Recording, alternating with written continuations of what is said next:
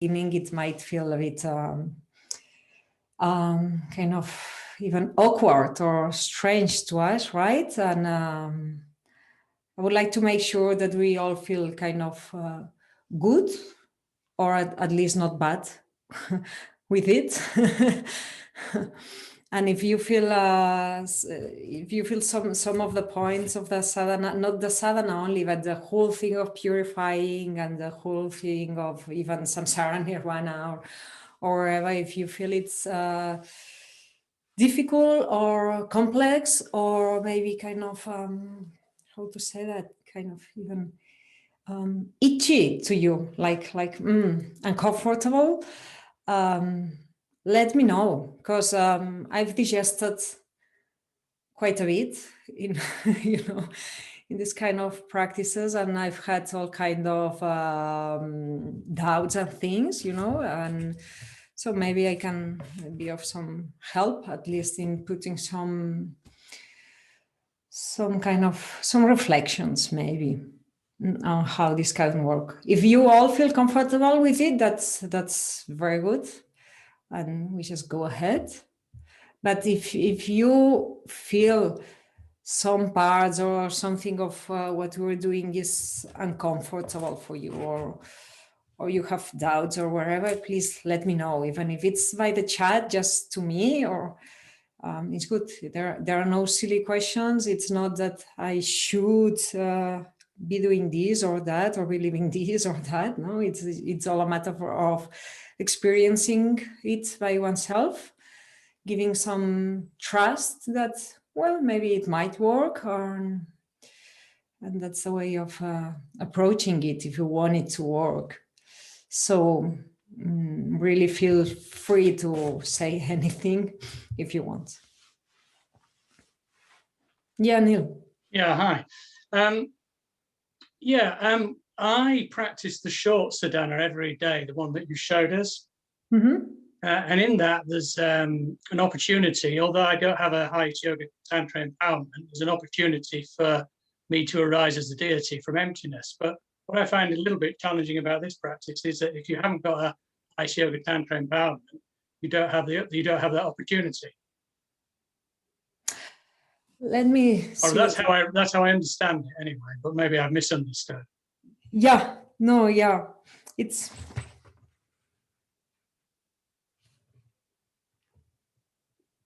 well, in the short sadhana, what do you mean? In this, well, maybe that's just how I've interpreted it, but in the because which sadhana we're talking about is the short one composed by Lama Rinpoche, right?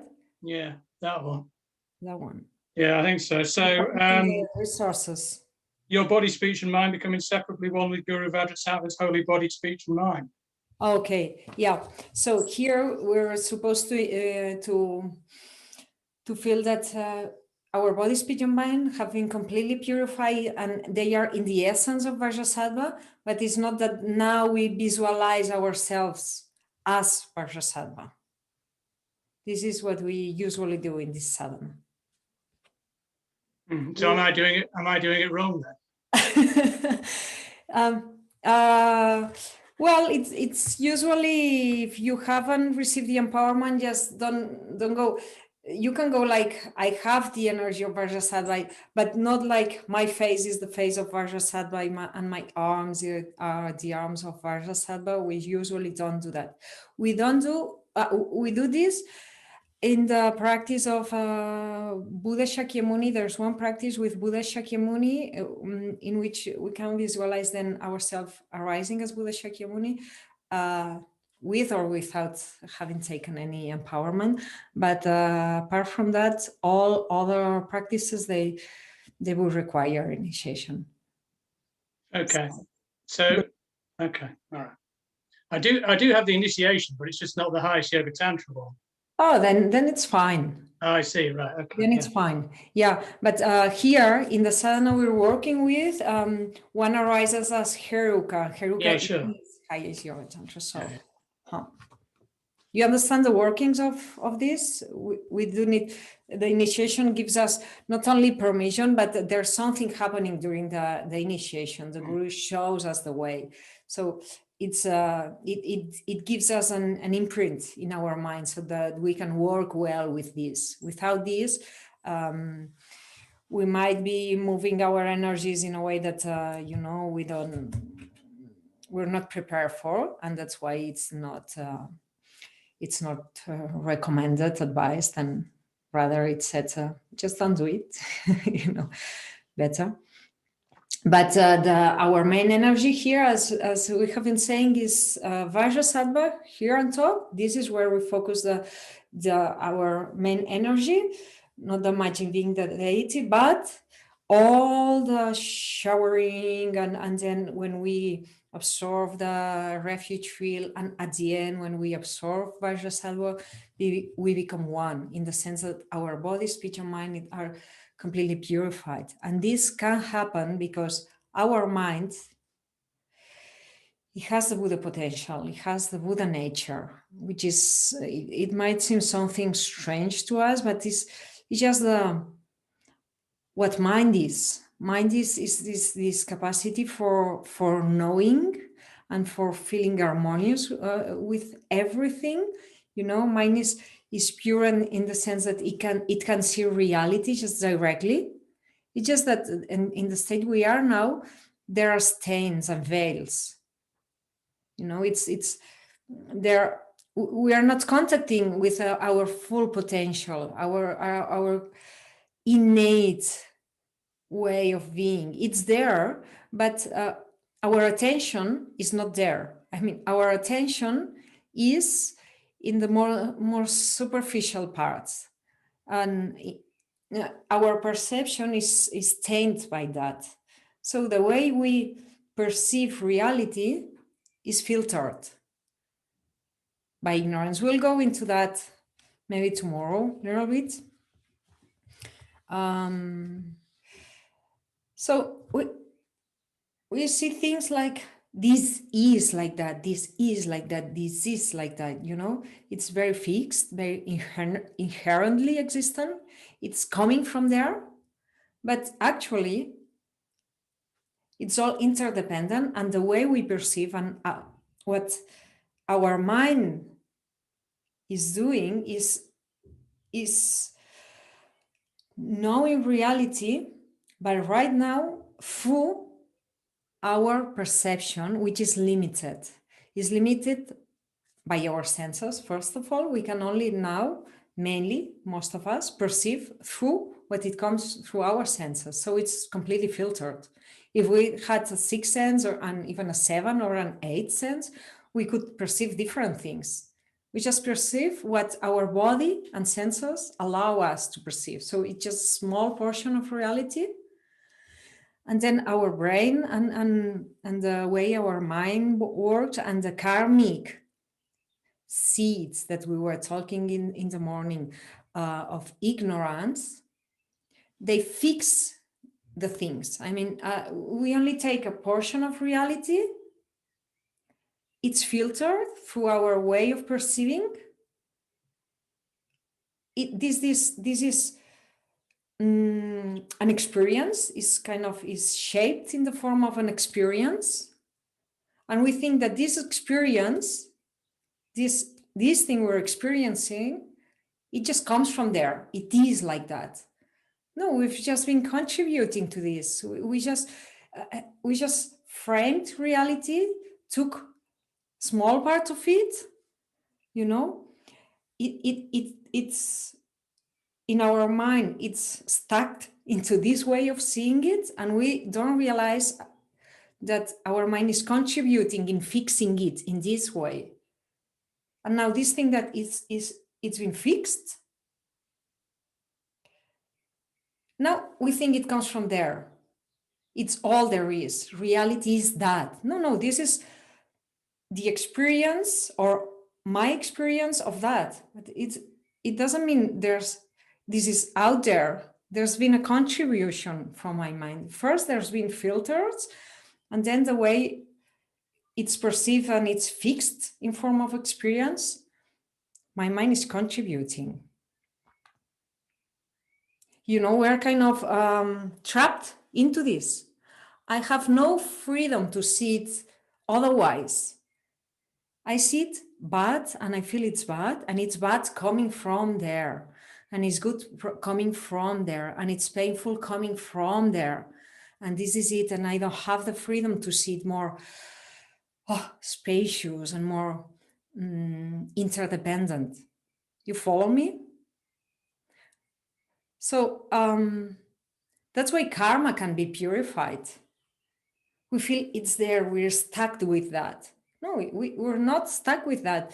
This has been experienced in one way, but now that we're purifying, we're changing the experience, we're changing phenomena within. So we can change the way we experience things. So now that karma is purified. Why? Because things are not so objective as we think. They got objective when we think of them. Otherwise, they are not. They are just completely interdependent, and they can be perceived like this or like that or like that or like this. But we're trapped into perceiving it only like this. This is inherent existence. So I don't know why I'm going that way now.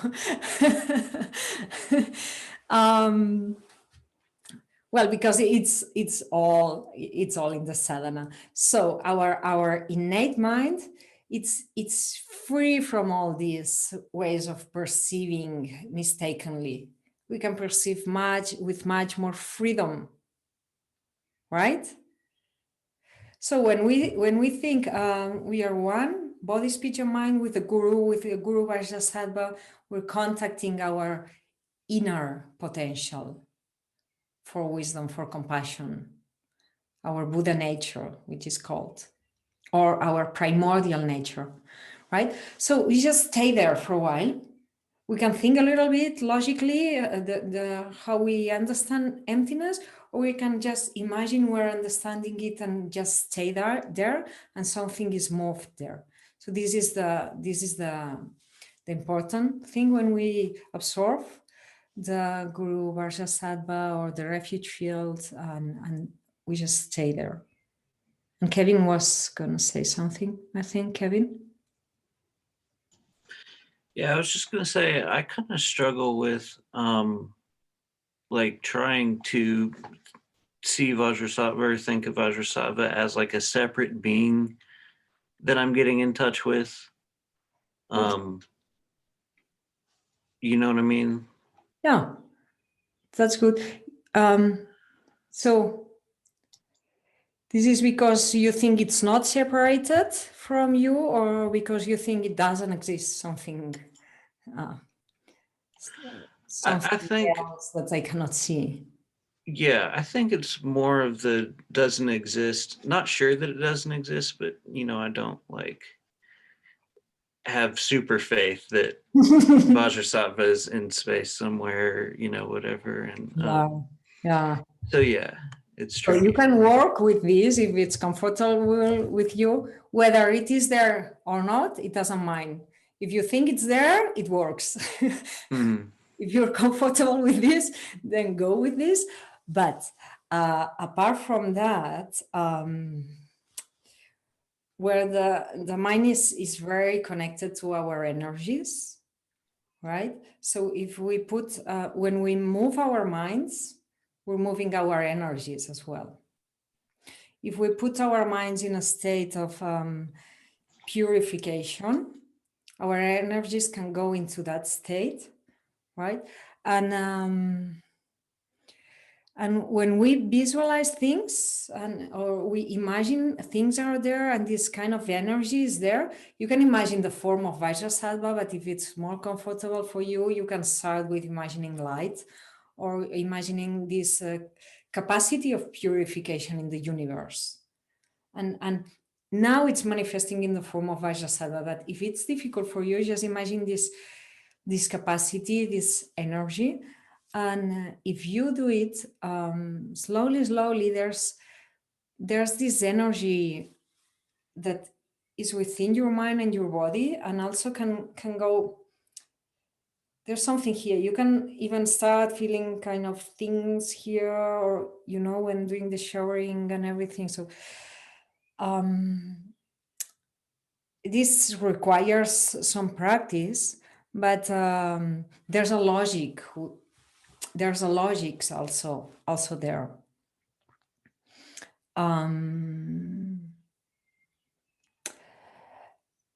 Unless you think it's all matter, cells and matter and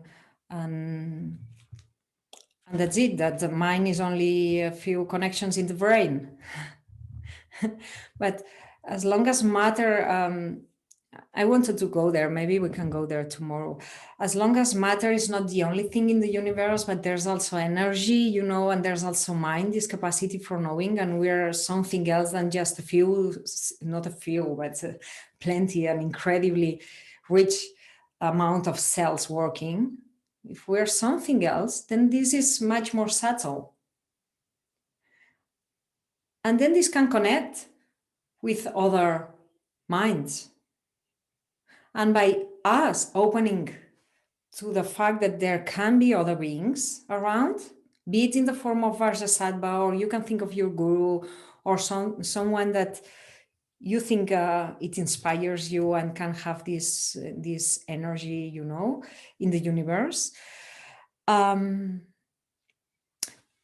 our mind gets connected with this capacity.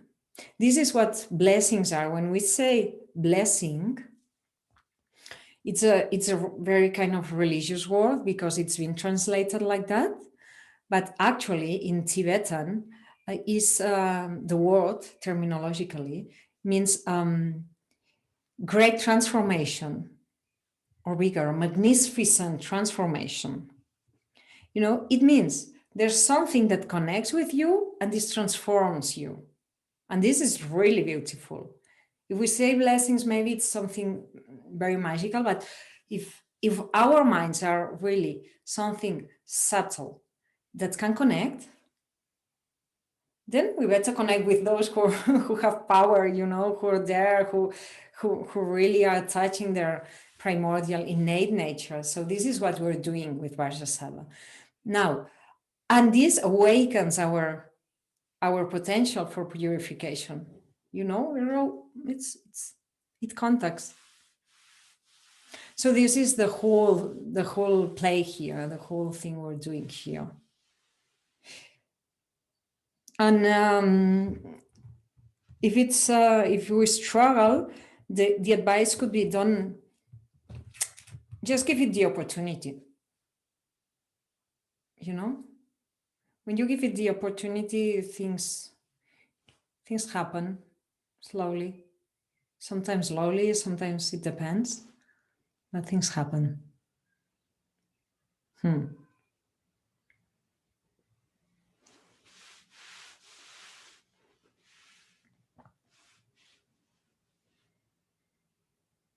going to read something.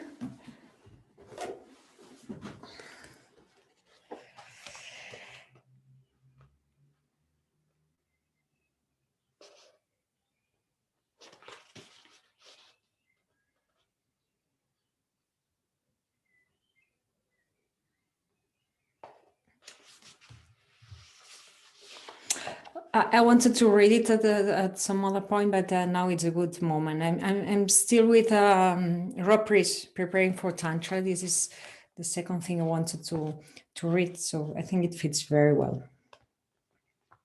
In meditation, when we invoke this visualized form, we touch the innate nature of our primordial mind. Our innate pristine nature, symbolized in the form of the male and female deity union, is the root of all purification. When we understand this symbol, this means the union of male and female. This is transcending, we are male, we are female, is the union of all we can be, transcending this, male and female. When we understand this, we see why this practice can be such a powerful and transformative process. It is like tapping into a natural source of health and using it to burn away sickness.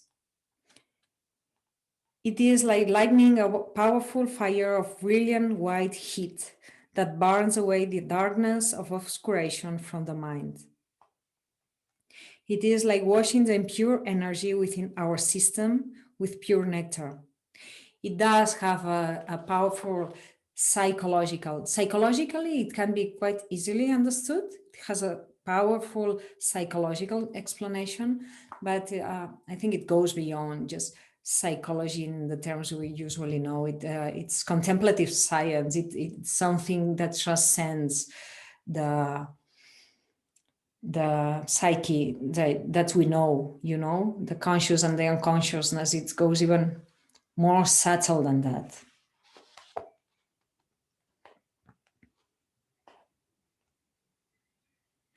As we purify with the essential quality of Vajrasattva and consort, we cleanse the mind from its obscuring veils and the energy winds that the mind rides upon any toxicity.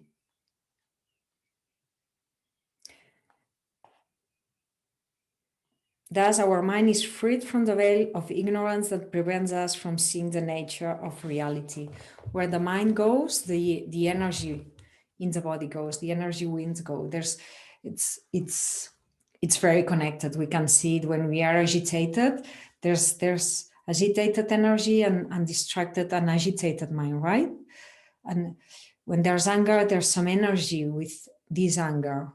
When there's balance, a balanced mind, the energy also gets balanced. So it goes very, very close to each other, and the energies move within our body. So by doing these visualizations, we're at the same time we're calming our energies.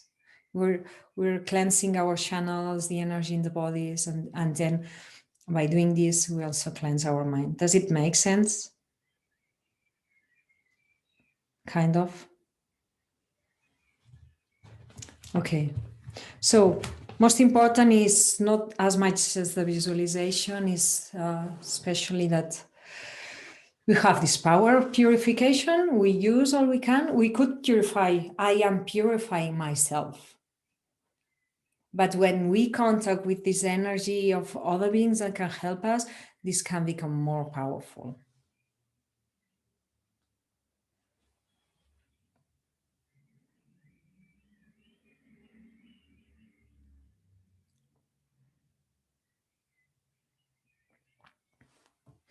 Okay. Right, so there's another question.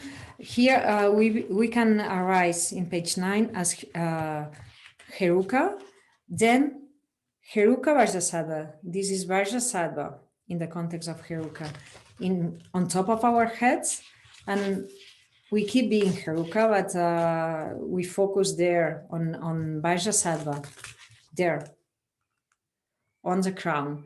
And then at the end of the sadhana, we absorb Vajrasattva, right? And we become one, body, speech, and mind with Vajrasattva. And there's no any more mention of arising again. You can arise again or not. That's all the movements we do with arising within the sadhana. Then in the Torma, we do it again. Yeah. So we're gonna give it an opportunity.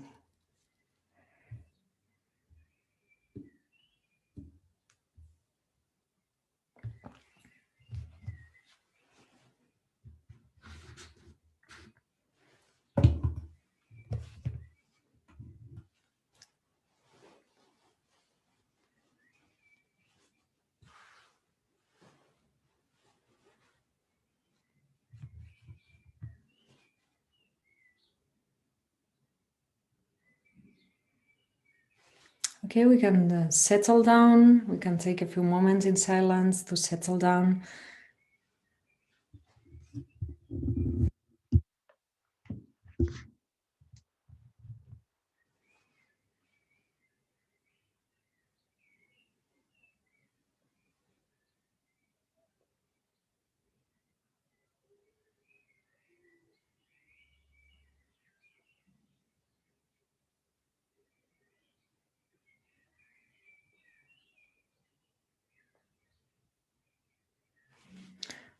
We can adjust our mental and physical posture for the practice.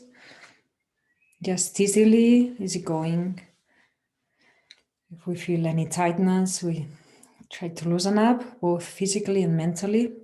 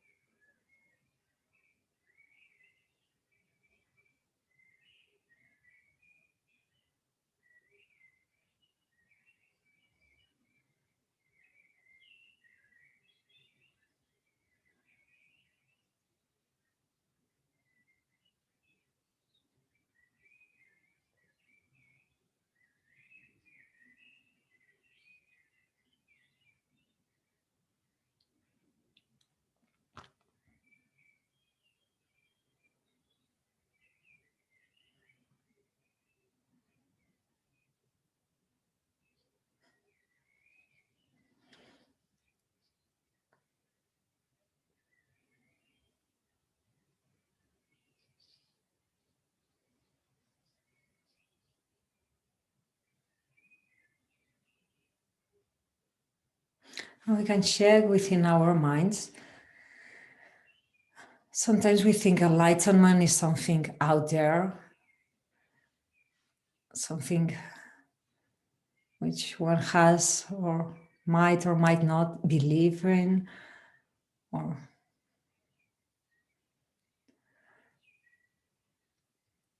but if we check within our minds,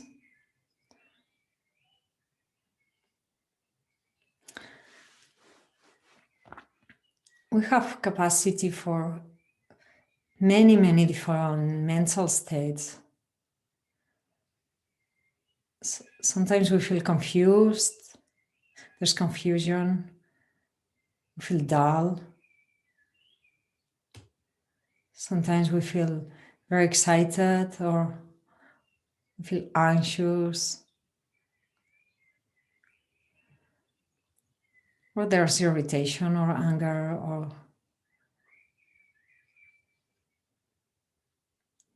or laziness or struggles.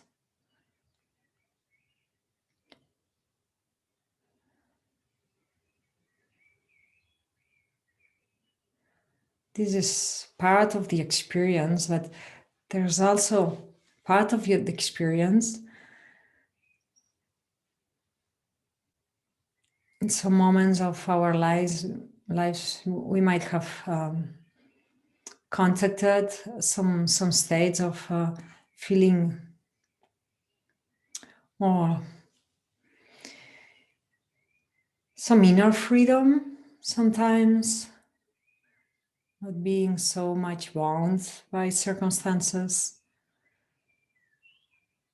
Or we might have experienced some moments of bliss or some moments of inner clarity, being more awake, not so much taken and driven away.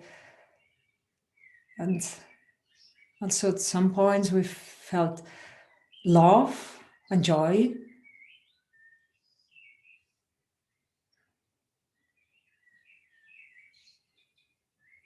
So this is part of the mind. This is who we are too. And we can have more of that. Now it might be an effort, but it's part of our potential, it's part of who we are.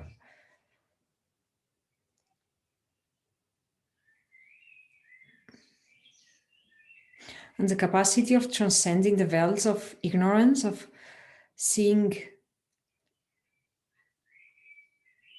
more that when we can just right now perceive, it's why not? It might also be there. Think if it's a feasible thing for you, that mind has this capacity.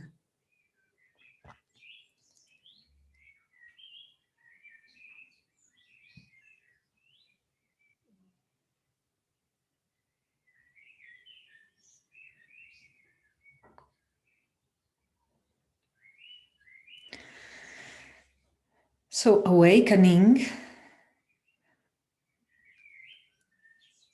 it's a possibility, and it's not out there, it's within. It's within us.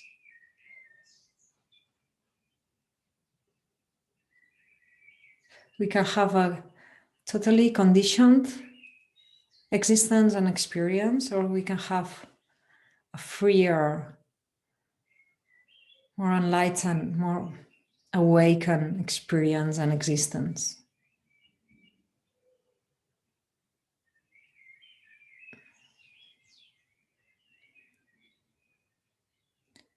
Think if this is something that you think it's feasible, you think it makes sense, you think it's worth it.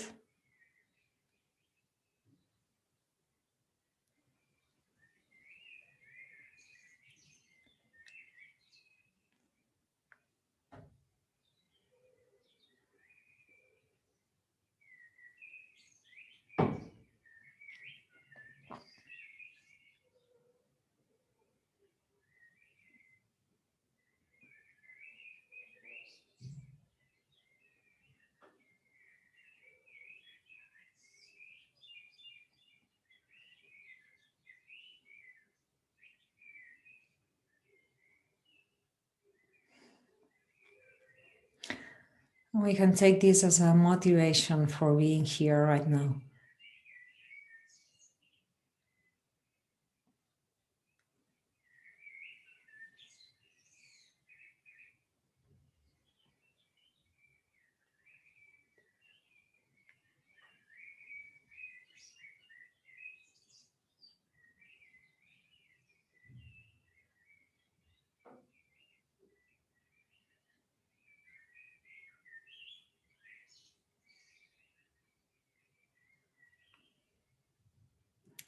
And this is the same for every sentient being as long as there is mind. So also animals and birds and other people and beings whom we cannot see.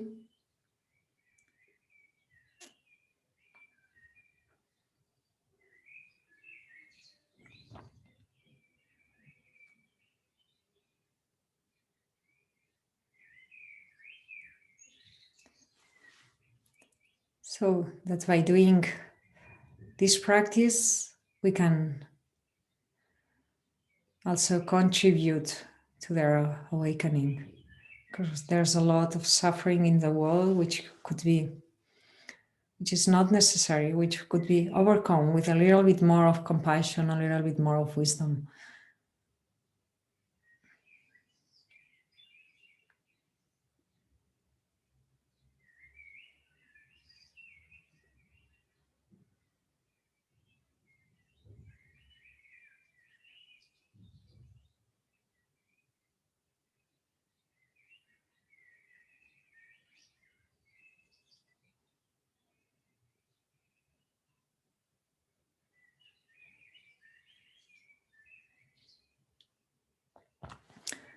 So with this, we're going to the purification and healing practice with the help of our own potential and the help of the Heruka Vajrasattva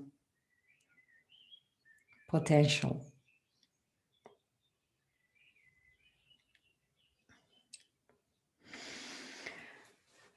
On your right side is your father. On your left side is your mother. Your enemy and those sentient beings who make you agitated are in front of you. People you are attached to are seated behind you. All other universal living beings are surrounding you.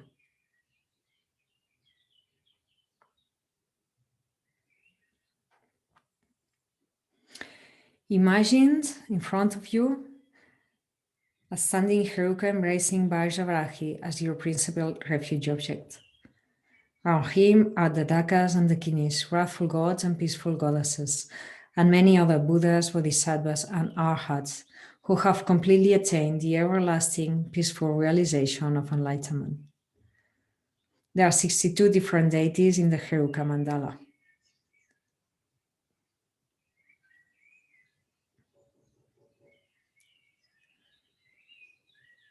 Most important is opening up to the possibility of refuge of other beings there, gurus, Buddhas, Bodhisattvas. Wherever they are, they can manifest here, or wherever they are, they can help us. They can contact with us, we can contact with them.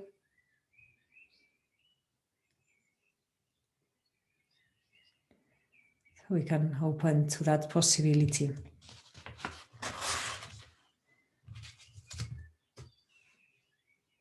And by going for refuge, we also go for inner refuge, which is our own capacity for purifying, for healing, for awakening our minds.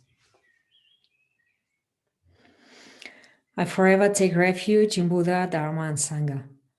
I take refuge in all the three vehicles, in the Dakas and the Kinis of Shikra Mantra Yoga, in the heroes and heroines, the gods and goddesses, and in the Bodhisattvas of the 10 Bhumis. But most of all, I take refuge in my Holy Guru forever. I forever take refuge in Buddha, Dharma, and Sangha. I take refuge in all the three vehicles, in the Dakas and the Kinis of Secret Mantra Yoga, in the heroes and heroines, the gods and goddesses, and in the Bodhisattvas of the 10 Bhumis. But most of all, I take refuge in my Holy Guru forever. I forever take refuge in Buddha, Dharma, and Sangha. I take refuge in all the three vehicles, in the Dakas and the Kinis of Secret Mantra Yoga, in the heroes and heroines, the gods and goddesses, and in the Bodhisattvas of the 10 Bhumis. But most of all, I take refuge in my Holy Guru forever. I must become Heruka in order to lead all sentient beings to the sublime state of Herukahood. I must become Heruka in order to lead all sentient beings to the sublime state of Herukahood. I must become Heruka in order to lead all sentient beings to the sublime state of Herukahood.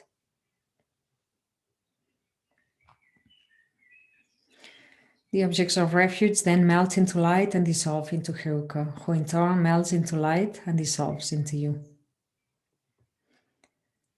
Either through the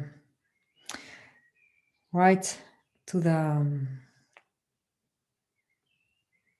okay, no, we just dissolve wherever you feel, and you know how it goes anyway.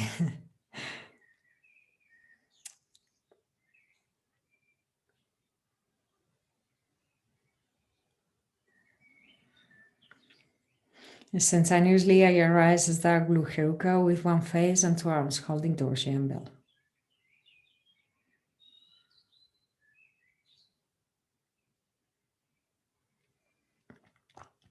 Out of the void, about 6 inches above the crown of my head, appears the seed syllable Pam, which transforms into 1,000-petal lotus.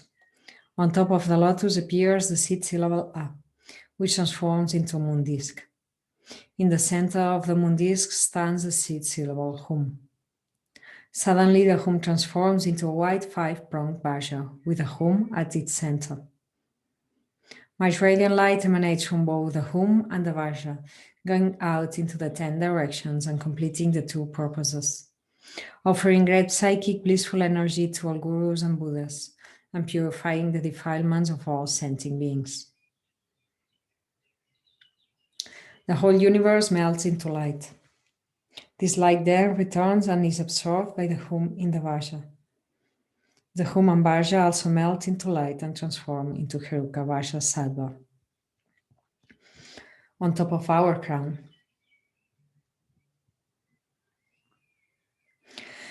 Vajrasattva is white. He has one face and 2 arms. Sitting in the full lotus position, he holds a Vajra in his right hand at his heart and a bell in his left, which rests in his lap.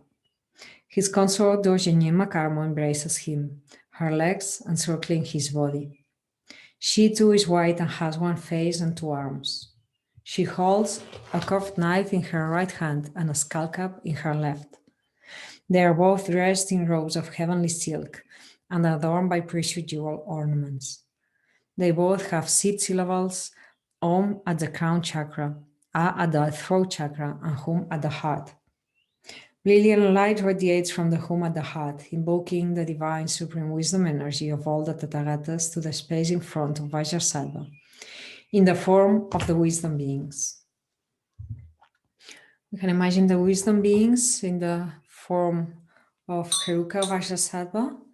We're going to make offerings to them and they will melt with Heruka Vajrasattva on top of our head, thus giving more power to them. Om Kendaro Hi Hum Pe On Shwawa Shuddha Sarva Dharma Shwawa Shuddho Ham. We bless the offerings. All is void. Out of the void appears a seed syllable A. It turns into a huge white skull cup containing the 5 meats and nectars. They melt, becoming an ocean of the Amrita energy of divine transcendental wisdom. Oma Hum Ha Hori, Oma Hum Ha Hori, Oma Hum Ha Hori. And we present the offerings. Om Vajrasattva Arga Pratisha Hunsaha. Om Vajrasattva Padya Pratisha Hunsaha. Om Vajrasattva Pupe Pratisha Hunsaha. Om Vajrasattva Dupe Pratisha Hunsaha. Om Vajrasattva Aloke Pratisha Hunsaha. Om Vajrasattva Gende Pratisha Hunsaha. Om Vajrasattva Nyude Pratisha Hunsaha. Om Vajrasattva Shata Pratisha Hunsaha. Jaho Bam Ho. They become non-dual. The wisdom beings, who are the wisdom energy of all Tathagatas, joyfully sink into Vajrasattva's divine heart, becoming completely one, like a drop of water sinking into the ocean. And now the empowerment of Heruka Vajrasattva on our crown. Again, brilliant light rays radiate from the Hum at the divine heart, invoking all the initiating deities of the 5 families. Om Penchakula Sapariware Argam Payam Pupe Dupe Aloke Gende Nyude Pratisha Hunsaham. O Tathagatas, please bestow on me the Heruka Vajrasattva initiation. Upon this request, all the Tathagatas hold up their initiation vases, which are full of the Amrita energy of divine transcendental wisdom and the Amrita stars to flow. Om Sarva Tathagata Om. The divine body of perfect absolute wisdom, Heruka Vajrasattva, on our crown. And as Vajrasattva is being purified, we are also being purified. It's completely filled with the Amrita energy of blissful transcendental wisdom, not purified, but empowered. Some Amrita overflows and transforms into Akshobhya, who adorns Vajrasattva's crown. The initiation deities melt into light and sink into Vajrasattva on our crown. At the center of a moon disk at the divine heart stands the seed syllable Hum, encircled by the 100-syllable mantra, standing counterclockwise around the edge of the moon disk. So now we can imagine Vajrasattva, Heruka Vajrasattva, the energy of absolute compassion and wisdom and purification,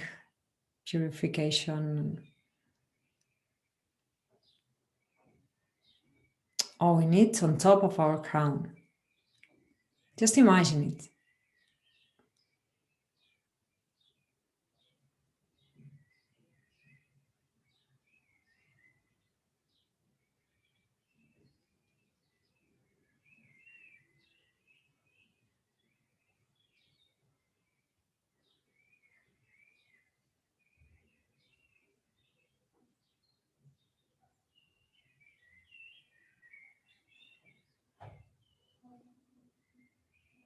And we present offerings to it. Om Vajrasattva Argam Padyam Pupe Dupe Aloke Gende Nude Shalta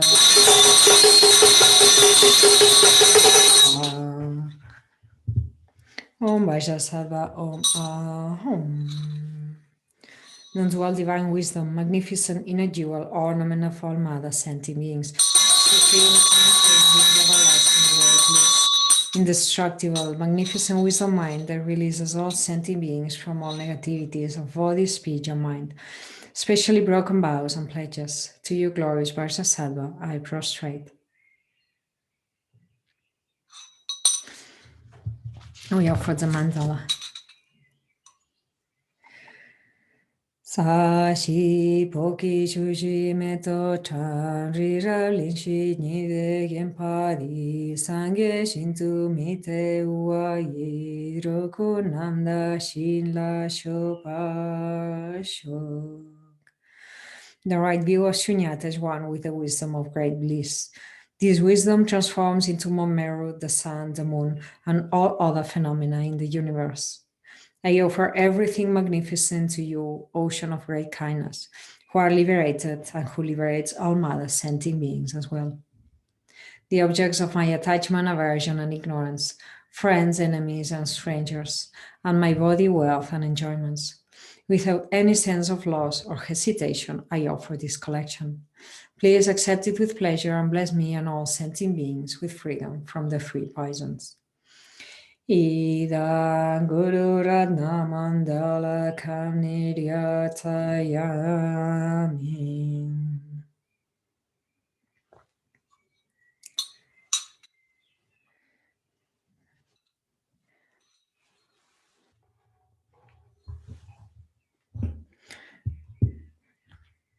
And the power of regret, refuge, we contact with all that needs to be purified.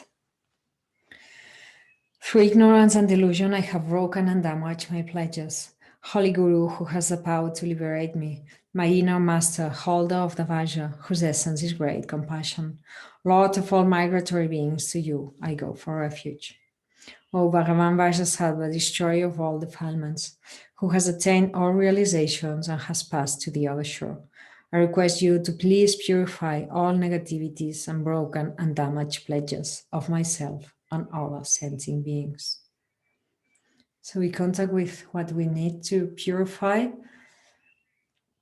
We can think of vows and pledges that have been broken in this life or others. All negative actions, all the veils of ignorance and obscurations, all the negative habits and tendencies we have. And also, as we were saying, all that harms us, all that has harmed us and caused us some pain. We can purify this too. All the blockages that this has left in our bodies and mind.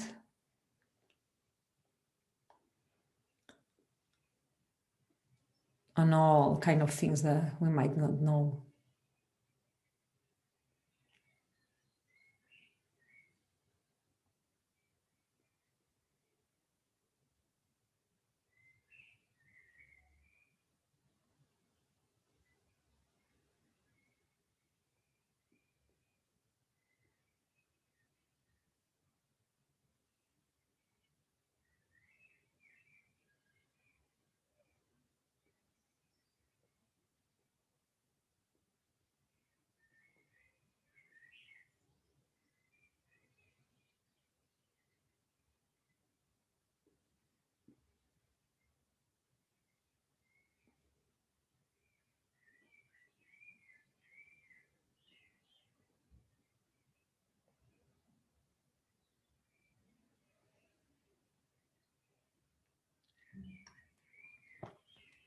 And we're going to purify this with a mantra.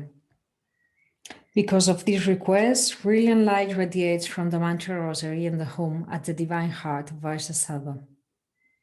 The light purifies all negativities and obscurations of all sentient beings and becomes an offering for all the Buddhas and Bodhisattvas.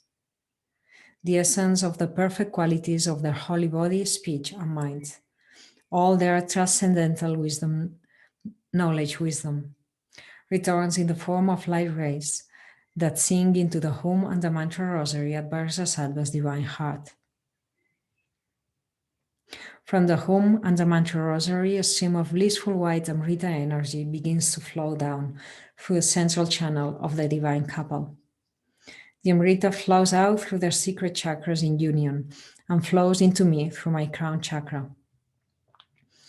Flowing down through my central channel, this stream of transcendental wisdom, Amrita energy, fills my whole body, destroying all negativities and defilements of my body, speech, and mind.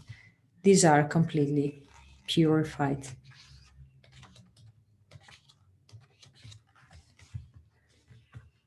This shower of nectar and light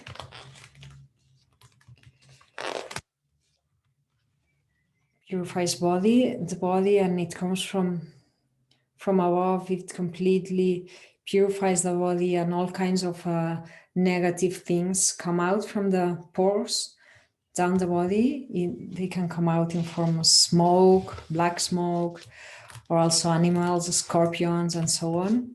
All go away, all sicknesses, all hindrances, all go away. Then we purify the mind with the light that fills our entire body. It goes up. Light and nectar, it goes up. And then with the mantra also, it comes out from all the holes of pores from our upper part of the body. And we purify the speech with this. And then we purify the mind with the light that enters and completely fills directly our body, purifying our minds completely. We can take a moment with each. We can do all at the same time, just as we feel comfortable. Om Bajda, Heruka, Samaya, Manupalaya, Heruka.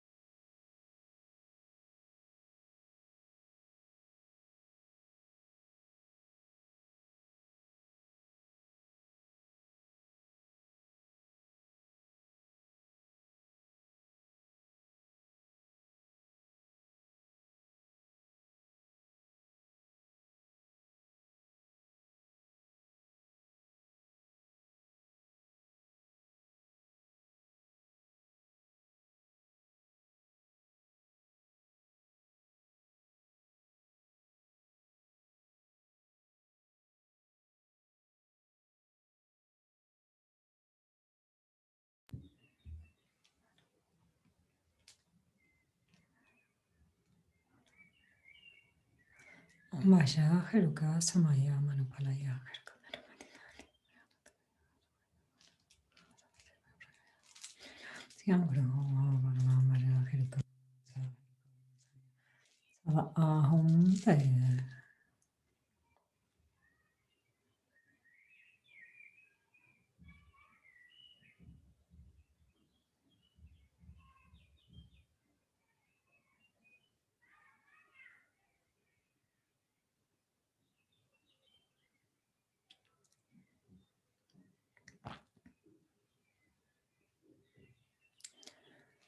Let the mantra slowly fade away. And connect with a sense of purity and purification. Everything having been clarified, healed, cleansed, purified.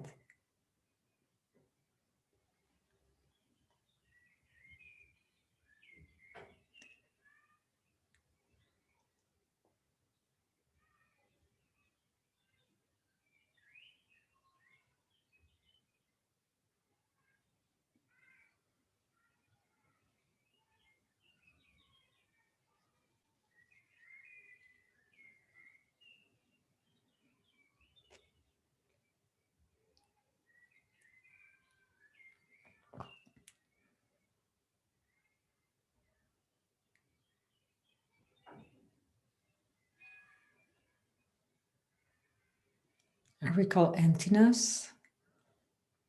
There's no inherently existent I or action of creating negative karma or negative karma itself.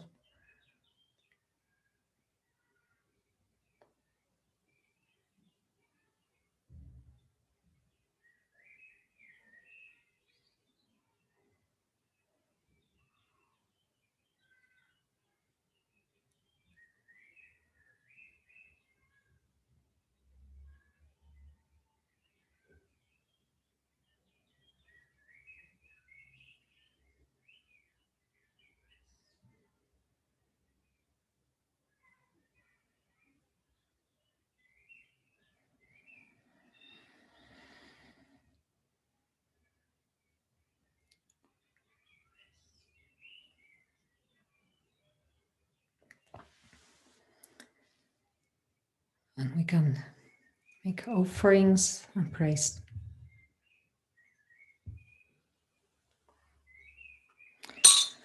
Om Vajrasattva Argam Paryam Pupe Dupe Aloke Gende Nive Shakta Adisha Hunsa Om Vajrasattva Om Ahum. Non-dual divine wisdom, magnificent inner jewel, ornament of all mother sentient beings, unchanging, everlasting, great bliss, indestructible, magnificent wisdom mind that releases all sentient beings from all negativities of body, speech, and mind, especially broken vows and pledges. To you, glorious Vajrasattva, I prostrate. Vajrasattva says, O child of good family, your negativities and obscurations and damage and broken pleasures are cleansed and purified. Think that what Guru Vajrasattva says has actually happened. All your negativities have been completely purified. There's not the slightest trace of defilement left on your mental continuum. Your mental continuum is completely pure.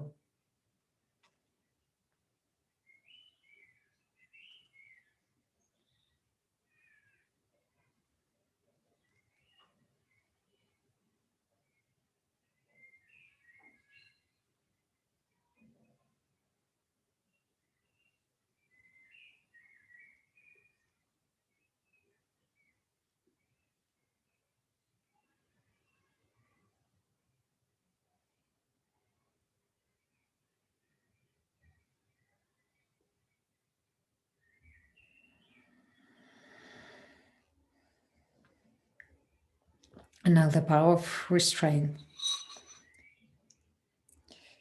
From now on, I'll abstain from all the vices that I can abstain from, and I'll abstain from those that are extremely difficult for me to abstain from, for 1 day, 1 hour, 1 minute, or at least a few seconds.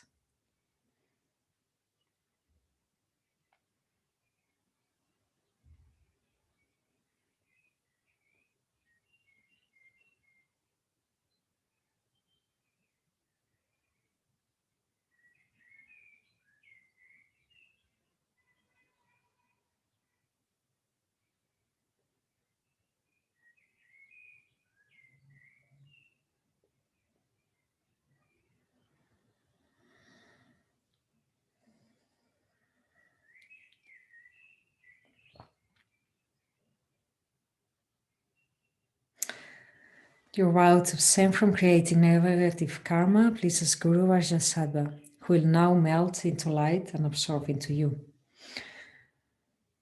Doja Nyima Karma, if you've received the initiation, it goes to the heart, otherwise it enters between the eyebrows. Doja Nyima Karma is transformed into light and is absorbed into Vajrasattva. Vajrasattva then melts into light and sinks into my heart. My 3 doors of body, speech, and mind become inseparably one with Vajrasattva's holy body, speech, and mind. Vajrasattva and I are completely one, and I enjoy the bliss of sunyata in full samadhi, beyond the dualistic view that discriminates between subject and object. This is the highest possible enjoyment.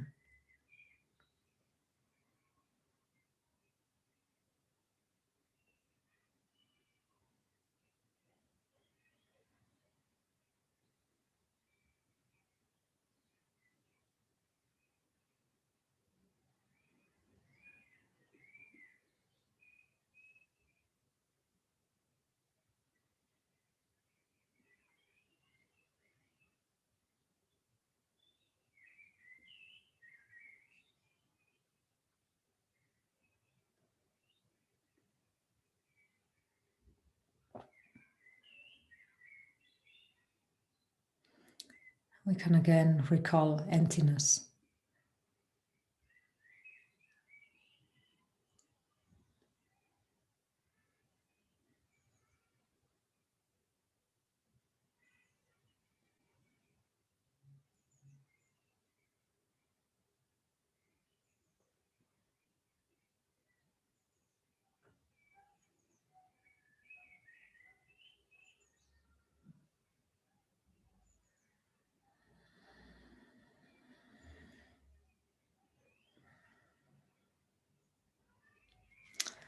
And now we will offer the Torma, which is at page 20.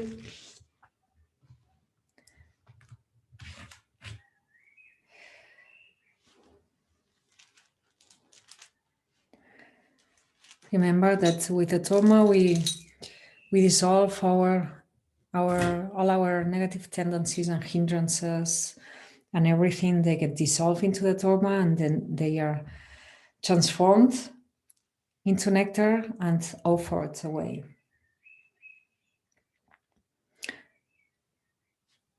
Skip the line of arising as Heruka if you don't have the initiation. I instantly arise as dark blue Heruka with 1 face and 2 hands, holding Bharja and bell.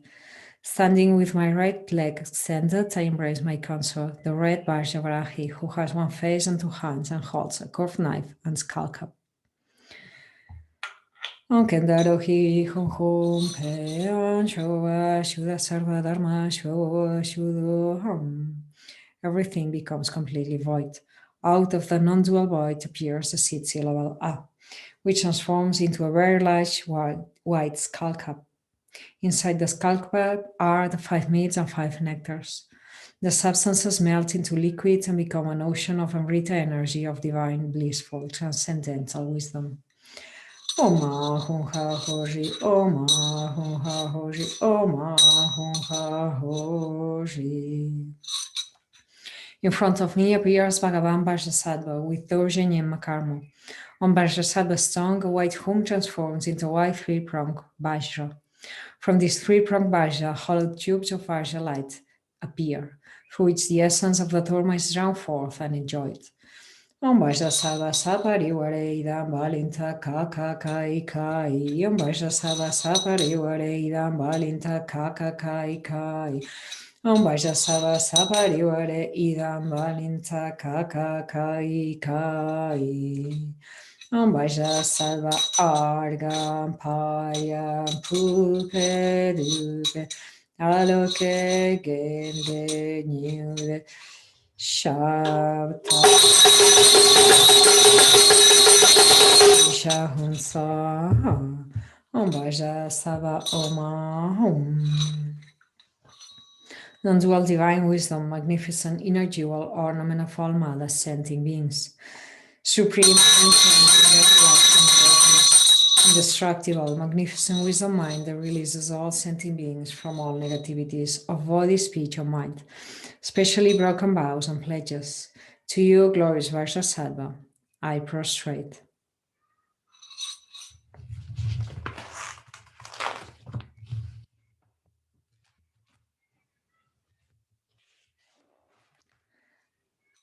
Good, and we dedicate back to page 19 and then the long life dedications for His Holiness the Dalai Lama and Lama Zopa Rinpoche that Charlotte can put on the screen. If you don't have it, they are in the daily prayers. So let's dedicate. Because of this merit, may I quickly become Heruka Vajrasattva and lead each and every sentient being into his divine enlightened realm. May the precious body mind not yet born arise and grow. May that born have no decline, but increase forevermore.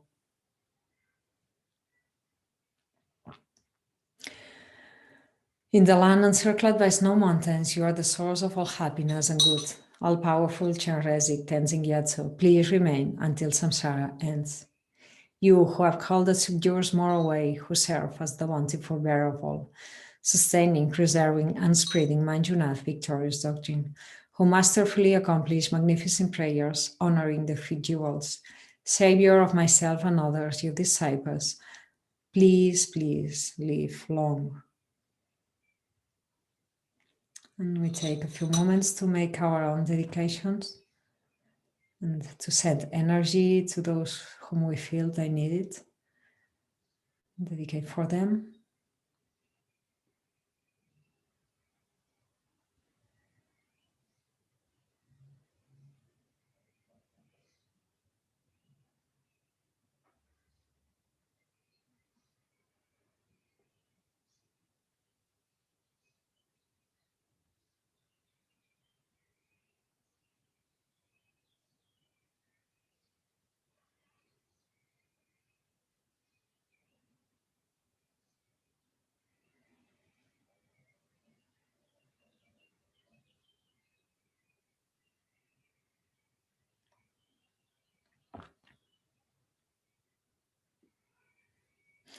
May our being here contribute to the awakening, to the end of suffering and well-being, to their well-being, and may we extend this wish to all sentient beings.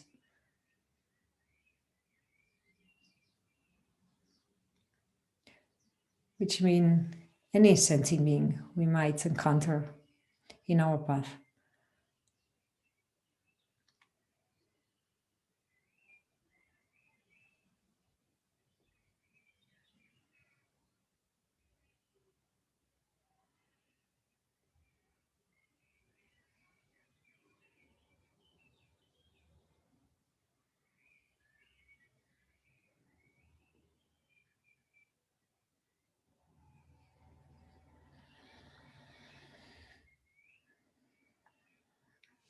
So thank you.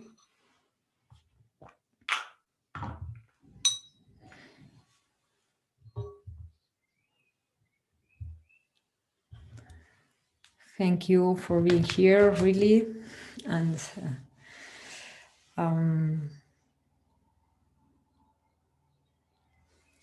tomorrow I'll explain the 4 opponent powers in a bit more detail, and the visualizations for the purification, which maybe we already have.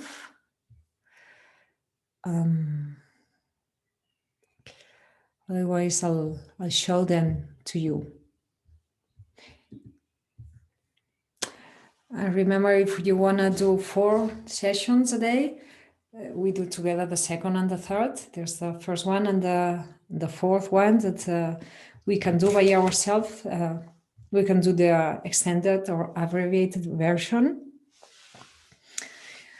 And I don't know if there's anything else, any question. Anyway, we'll make a short pause and then we'll go through the sadhana with more detail for those who want to do it.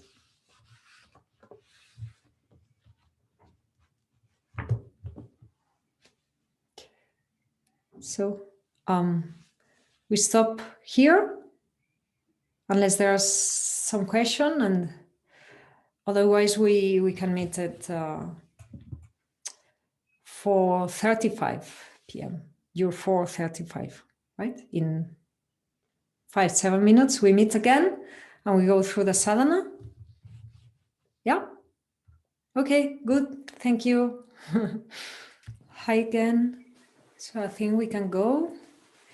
Maritza, I've seen your question. I hope that now with the sadhana we can clarify this. Do you have any particular questions, or we go through the sadhana and see what comes up?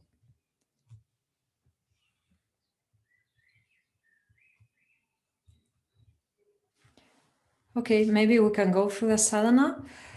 I can share it on the screen, but I prefer that we see each other, so I don't share it. If there's anything in particular, I can share it, but because we all have it, I think that should be fine, right? Okay, I won't take a lot of time in any part. I will go a bit general. Well, this is what I say, but then sometimes I just take my teach longer than expected. So anyway, if I don't say anything that you would like to ask, just please do and see if I'm able to clarify. Okay. So initial visualization. This is easy one. Not at least easy to understand. On your right side is your father, on your left side is your mother. Your enemy and those sentient beings who make you agitated are in front of you. People you are attached to are seated behind you. All the universal living beings are surrounding you. As a visualization, this can be easy. It's a way of it helps bodhicitta mind, right? Our father and mother, and then we put those who are difficult for us in front, just that we take them into account as well. This might be a bit uncomfortable, or we really just don't want to think about this person right now, but this practice helps us develop certain equanimity, right? So that's why we do it. And I won't take a lot of time with this, but it's interesting. It's interesting that we do this because we can purify myself, just purify myself. But when we take this same problem I have, or same tendency, or same negative karma, and I think, wow, all of them, maybe they have it too, and most probably they have it too. So now that I'm purifying myself, let's take the opportunity to purify everyone. This makes it more powerful.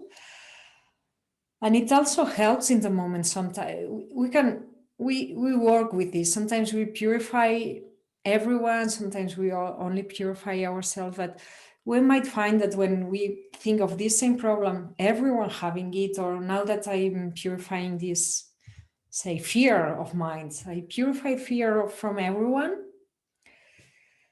it widens our mind. It makes it more powerful what we're doing, and also sometimes it helps us, because sometimes we are stuck with my problem, right? And when we think, okay, let's open up to everyone, it's there's something that opens here, and it's good. So it's beneficial for everyone. And you might think, oh, yes, but this is only something from me,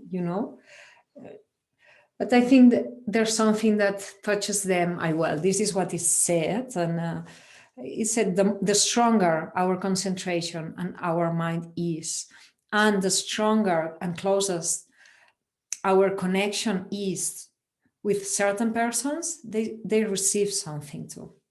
So that's interesting. And sometimes we feel like, oh, I don't want to practice, I feel lazy, I would rather go for a walk, right? But when we put everyone around us, it's like, okay, let's do it now that we have the opportunity. It gives us motivation and strength. We've been thinking about ourselves for many lifetimes, so it's about time. Then refuge, we're taking option 1, which is the elaborated one. See, refuge, we imagine we've been talking about this, so I won't take a long time. It's making our sense of refuge alive, and the imagining this sense of refuge manifests in form of us, in the form of Buddhas, Bodhisattvas, Dakas, Dakinis, just makes it more vivid. It might be difficult. This is a lot of beings in front of us. This is the elaborated one. Is Heruka with Vajrasattva. And around him are Dakas and Dakinis. These are practitioners of the Tantra. Wrathful gods and peaceful goddesses, different kinds of deities we might be working with, and many other Buddhas, Bodhisattvas, Arhats. Arhats are liberated beings, those who have attained nirvana. So we can imagine all of those, but it's not that we need to go into the whole detail. We just bring the energy here. This is the whole mandala of Heruka, but we can think just light if you want, if you feel more comfortable with, or we can go for option 2, which is called all in one. There's main figure, only one, Vajradhara, as the principal object refuge. Vajradhara is blue in color, is described here. He sits in the lotus position and embraces his consort Dojipalmo. She's red in color, symbolizing blissful desire energy. Vajradhara is one nature with your guru. The essence of Vajradhara is your guru. This is the key point. We can imagine the energy. We're calling for the energy of great beings to comfort. We're opening our minds to receive this contact.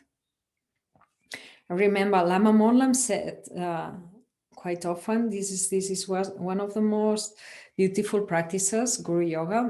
This is not Lama Mollam is one of my gurus. Lama Zopa Rinpoche continuously says that. But what Lama Mollam said is, the guru is always there. Giving the hand is there. Is his hand or her hand is always there. You just need to go and take it, right? If we don't do this, they can be available for everyone, but if we don't open up to receive something, to contact with their energy, we're closed. We can do it all by ourselves. I'm going to purify myself, right? I'm going to attain and enlighten myself. But if there is someone who has already done it, whose mind is more powerful than ours, more purified, is more in this state we were saying of harmony and wisdom and compassion, let it help me. I mean, right? So with the refuge, we're doing this and also taking refuge in ourselves, our inner capacity, our inner guru. We're activating this. So just choose whichever one is more comfortable for you. And then the prayer for refuge. And then generating bodhicitta. I must become Heruka in order to lead all sentient beings to a sublime state of Herukahood. We might think of Heruka, or we might think of I must become enlightened. I must develop myself. Then as it says here, I won't read it all the time because we're getting to know it now. In the instructions, it says, the objects of refuge then melt into light and dissolve into Heruka. Heruka in front, who in turn melts into light and dissolve into us, right? We're having Heruka, the refuge field in front, or Vajradhara, if you're working with Vajradhara, melts into light and dissolve into us. And we think we have become one. We can meditate on emptiness shortly. And now we arise as the deity. If we have taken the highest Yoga Tantra initiation of Heruka, we arise as Heruka. If we have taken another highest Yoga Tantra initiation, we arise as that deity.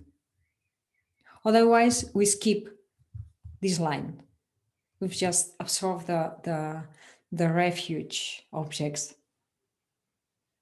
Yeah. And now it comes the visualization of Heruka Vajrasattva. This is on top of our crown. It will stay there all the time. This is our main energy we're working with, is Heruka Vajrasattva. And Heruka Vajrasattva is Vajrasattva in the context of Heruka. So it has the form of Vajrasattva.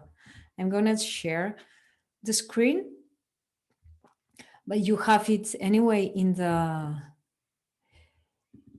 the resources page. We have the image. Is this one? Is Father Mother. It's Vajrasattva with consort. So it's completely white.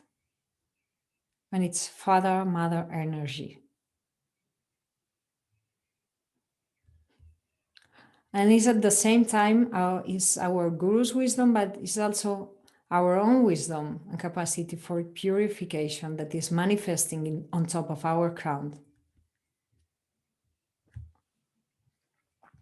So here is the explanation of the process. It doesn't appear all of a sudden. It just there's a syllable palm which transforms into a petal, 1,000-petal lotus. On top of this is a syllable A, which transforms into moon disc. You can either imagine the Tibetan syllables or our syllables. If it's difficult for you, just imagine things are happening. Then a hum, which transforms into a Vajra with a hum at the center. And then light goes out into the 10 directions, completing the two purposes. The two purposes are offering, this is Lama Yeshe's terminology, great psychic blissful energy. To all gurus and Buddhas, this means enlightened energy, and purifies all sentient beings. We can imagine this happens, and then the whole universe melts into light, and the light returns and is absorbed into the hum in the Vajra.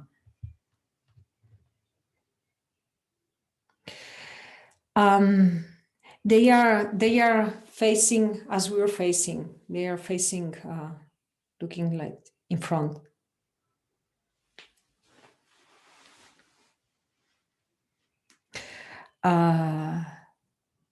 Do you visualize them reciting with Vajrasattva above them too? They are here. So now the whole refuge field has melted into light, has been absorbed into us. We either stay like this and or become Heruka, and then our deity, and then Vajrasattva is on top of us. Vajrasattva, Father, Mother. This is our image now, right?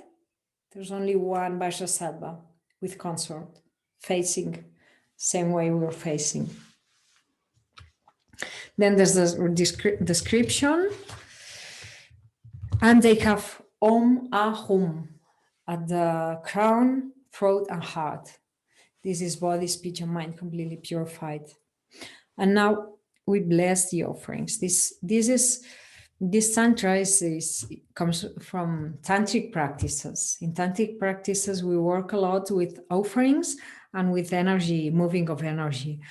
So what do we offer? We just is a way of accumulating merit. This is positive energy, and it helps our mind be opened and feel full. The offerings that we're offering, we imagine that they fill the entire sky. It's filled with offerings. I mean, we imagine all the beautiful things we can imagine. We offer. Now we're going to offer some special things, but this helps us open our minds, and it's meant also to help us overcome attachment and feel fulfilled and satisfied. Actually, if we do it well, the more we do it and so on, is like, wow, if I can feel satisfied with these offerings I'm imagining, and with the fact that I am offering, if I can put myself in a mood of generosity, and I imagine beautiful flowers and water and jewels, and this fills me, this satisfies me. So what do I have to go around, seeking for more things? It's a way of transforming attachment. Otherwise, we usually feel empty. Something's missing, right? So we need to take things from the outside all the time. And this is one of the main reasons we get lost in samsara, in this conditioned existence, which is not outside, is inside. Is a way of being which is totally dependent of karma and afflictions that come up without me choosing them to come up. They just pop up, and I need to be with them, whether I like it or not. And a lot of this is due to attachment, because we crave things outside all the time, right? Why? Because we don't feel fulfilled inside. Why? Because we're not contacting our true nature. We're on the surface looking around. And we feel separated. And also because there's this ignorance, thinking I am here and others are there, and we miss all the interdependence. So we feel separated, and therefore we feel something's missing. There's no union, there's no harmony.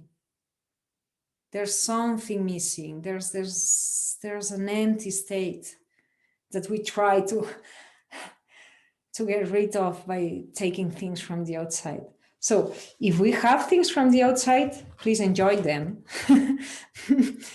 Please enjoy them, which is because it's what we have now, and we're really dependent of those things now. So don't we try not to make ourselves unhappy by renouncing to what we cannot renounce now, right? But the more we feel ourselves from the inside,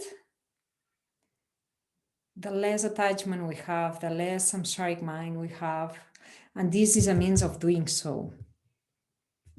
So it's not here just because. It's tradition. It's really every step, it does something to us. We do something to us, So this dispels all the hindrances, cleanses the offerings. We imagine this. I'm not entering into the detail of all the visualizations. It's like we can imagine that anything that prevents us from seeing things beautifully, it's driven away. Om Swava Shuddha Sarva Dharma Swava Shuddha Oham. This recalls emptiness. Then all is white. Out of the white appears the seed syllable A. It turns into a huge white skull cap. We can imagine huge, filling the whole sky, containing the 5 meats and nectars. This is the ordinary substances. It contains ordinary substances, like meat, for instance. They melt, becoming an ocean of the Amrita energy of divine transcendental wisdom. So we imagine that all these ordinary things, they become wonderful and beautiful. And we imagine so the things we have in the altar, the substances that represent all that we're going to offer, now they are not anymore a few things in the altar. They fill the whole sky with beautiful things. We do this mental transformation. Om Ahum HaHohri is the mantra that makes this transformation out of emptiness. Why? Because they are empty, we can see things differently. We don't, something that is kind of just ordinary and normal. It depends also on how we look at it. It's empty of existing necessarily that way. There's a substance there that with my mind, it can be turned into a beautiful experience of that thing. You follow me?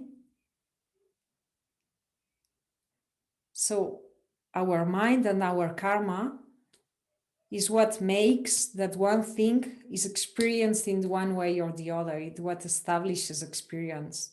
So we are establishing here a wonderful experience of offering and feeling filled with them.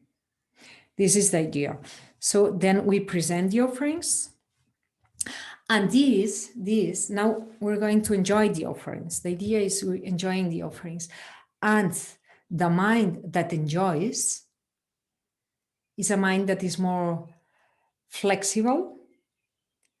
It has more light, is lighter. The mind of attachment is very fixed. The mind of enjoyment is more subtle, is more light, is more flexible. You follow me? So with this, we're trying also to go into a more subtle touch, a more subtle state of mind, and transform attachment into this.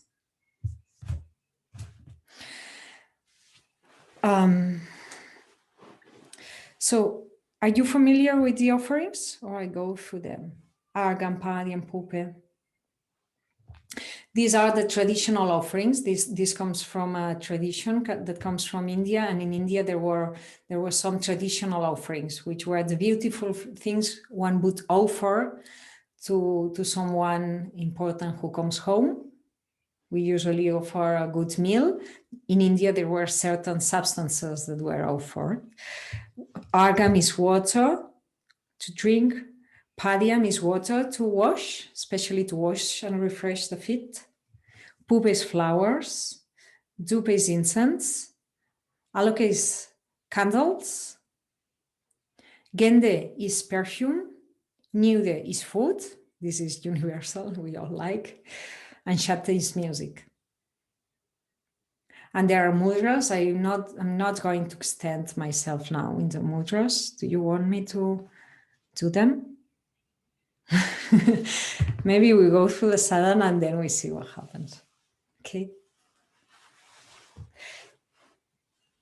Well, here is explained actually. We have it here. Oh.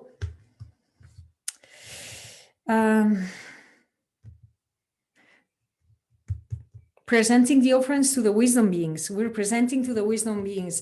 This means that the wisdom beings are here already, but it's not set. So now here, before presenting the offerings, we imagine that more Vajrasattva come. Another figure of Vajrasattva comes. This is called wisdom being. It's like we have imagined Vajrasattva here, then we call what is called wisdom beings, the actual ones, to come and melt into light. Is reinforcing. It's kind of reinforcing our visualization here.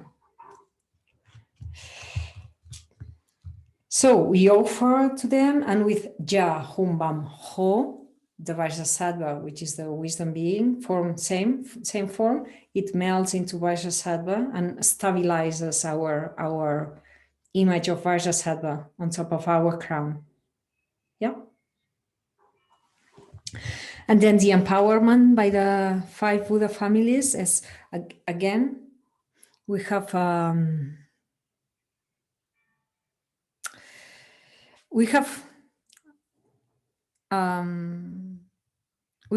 invoked these wisdom beings before blessing the offerings. I haven't said it. I'm saying it now. Are you following? Yeah? Because I didn't read that sentence. I went directly into the offerings. Then empowerment is the same. We visualize Heruka and the whole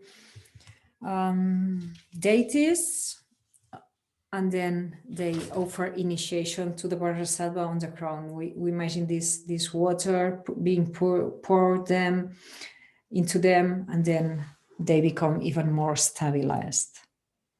This is elements that they are in many practices. We might find it difficult, or we might resonate with it. We just, it's just like a film. Things happen. They come and go. And everything has a purpose. We could say, no, I don't like this part. I take it off. I take it out. But we would be probably missing things that we don't understand. And it's the way, if we do this, it would be the way of losing it all. Because I take this out, the other one takes that out, So just there, it works. These practices, they do work. It's the first time. How many people is the first time that encounter a sadhana like that? Okay, not so many. Good. Then praise, we offer to Heruka Vajrasattva. Now it's complete, full, empowered, and everything, right? It's up there in our crown, is our own energy. We make offerings again, we make praise, we offer the mandala.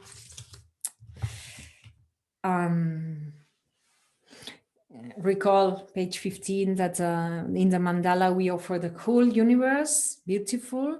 And page 15 we even offer the objects of my attachment, aversion, and ignorance. So we transform it all. We're able to give it all.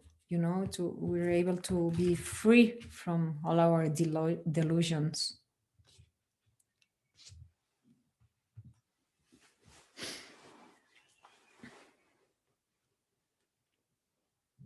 And then the opponent power of regret and refuge. We have done refuge before. We recall again refuge here. And the power of regret is important because we're touching what we want to purify. It's not meant to be a feeling of feeling guilty. It's just recognizing that there are some things that went wrong, that we did wrong, that we could have done better. I did what I could. I harmed others, and I didn't keep my promises and so on. I did what I could, or maybe I could have done it better, but I didn't. So this is what I have now. It's not meant to make me feel guilty or poor thing or worthless. This will bring suffering, so I don't want it. Right? And the more we stay there, the more we give ourselves the opportunity to purify it, because the more we touch it. And we can think of vows and pledges and promises that we have not kept. We can think of mistakes we've done in regards to our Dharma friends and gurus, that prevent us from connecting with the Dharma again. and so on. We can think of negative actions directly. We can go one by one to the 10 most usual negative actions, such as killing, lying, sexual misconduct, and so on.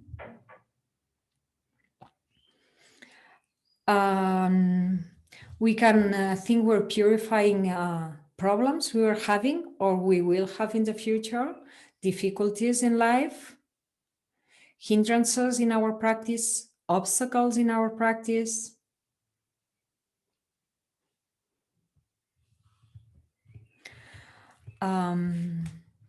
We can think we're purifying obscurations, ignorance and obscurations, and negative tendencies and negative patterns and habits we might have.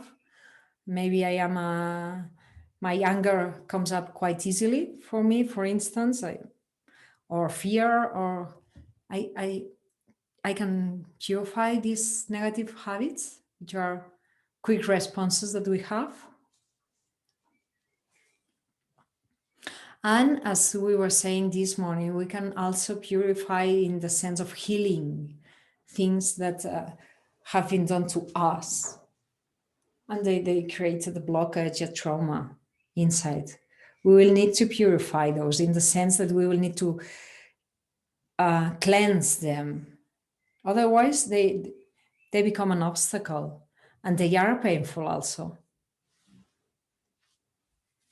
And they make us feel poor, like small, worthless, and sometimes they make us feel even guilty, right? I did something when someone has harmed us. Maybe we feel guilty. We provoked it. We feel we have provoked this, and so we try to heal all of these things also.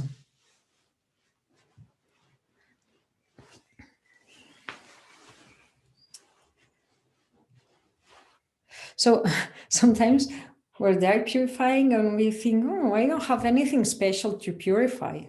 But, right, maybe it has happened to you because we're kind of more or less well at some points. It's like, but if we start to think, we make this list, and and we think maybe there are some more lives than not only this one. So who knows what there is there. Right? So it's good. And we can make it general, but we can take one thing and especially work with this one thing. And then thinking that you're purifying, by doing this, we're at the same time purifying everything, and we can think we're purifying all other beings also. And sometimes we can just visualize puring water nectar from Vajrasattva to us, but sometimes it can go all around purifying others. You can try this. Sometimes it makes you feel better. It's like my thing becomes more relative,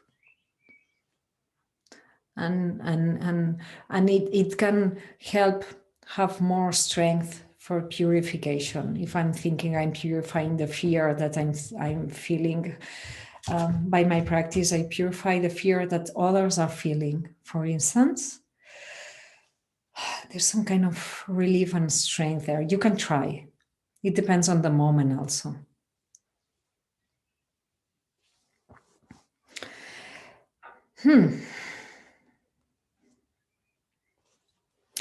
Now, the power of remedy is the specific practice we do. In this moment, we do Vajrasattva practice. There are other practices apart from Vajrasattva. Now we're doing Vajrasattva. The visualization is there. And then we do it with a mantra. The visualization, we encompass it with a mantra. We can recite the Heruka mantra, Heruka Vajrasattva mantra, as it is written here, or the general Vajrasattva mantra, which Neil was talking about, which is in the other practice. If you're more familiarized with this one, then it goes on Vajrasattva Samaya. No Om Vajra Heruka Samaya.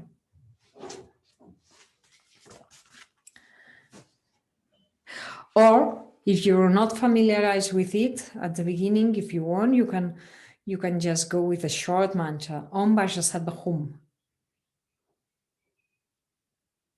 If you want to keep doing this practice, it's good, the long mantra, because it's got all this whole meaning and essence. But, And then I'm going to show you the visualizations for the purifications. You have, Julie has put it in the resource page if you want. What I've told you this morning it's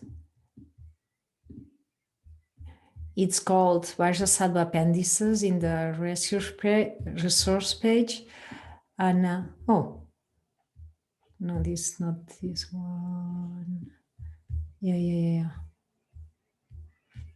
It has the meaning of the mantra, what you have, and the methods for purification. First is purification of body. Visualize the white blissful Kundalini energy flows down from Vajrasattva Father Mother in union into your central channel. We can visualize central channel or just the whole body. It spreads through your nervous system, flowing very strongly like water coming from a hose or like a very powerful shower. It's light and is also nectar. And flushes out all negativities of your body, speech, and mind through and especially body, usually through the openings and pores of the lower part of your body.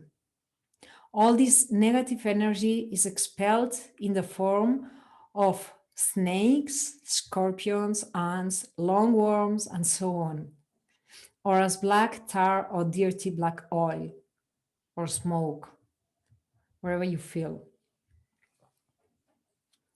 Feel that you are complete at the end, feel, well, while doing it, and also especially at the end, feel that you're completely purified, clear, especially your gross negativities, and overcome with blissful energy. We just sit there and think and imagine this is happening. And if we do this, there's something that it gets moved there.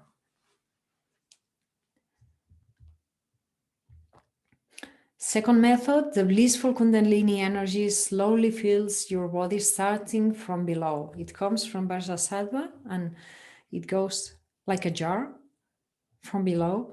As the level of Amrita rises, your negativities start to rise as well, floating on top of the nectar, like oil floating on water. Your negativities and defilements are slowly pushed upward by the pure Amrita Kundalini energy, especially those of the speech, and it gradually overflows out of your body through all your upper orifices and your crown chakra. Then you experience great bliss. And we can mix it with a sense of relief, of having thrown heaviness of body, of speech, of mind. And the third method, an immense amount of powerful light energy, limitless blissful Kundalini energy in the form of light, radiates from Vajrasattva's heart.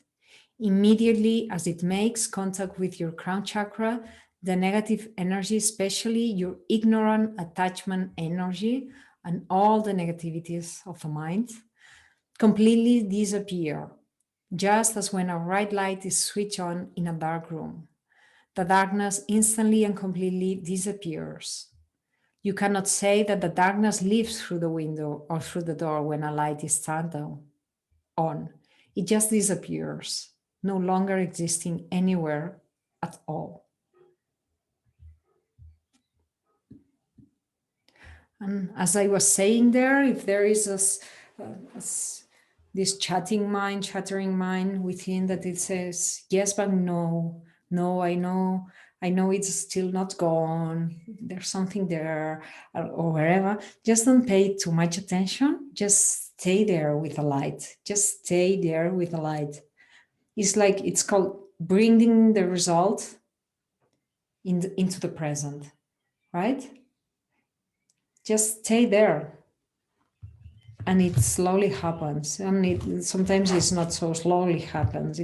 Things are moved when we do these things.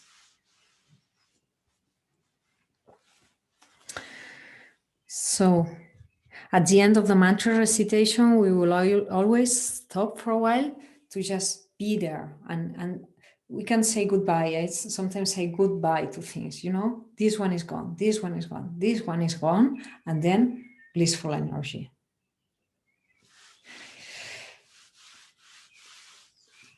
And now I know it might come back, but now it's gone. You know what I mean?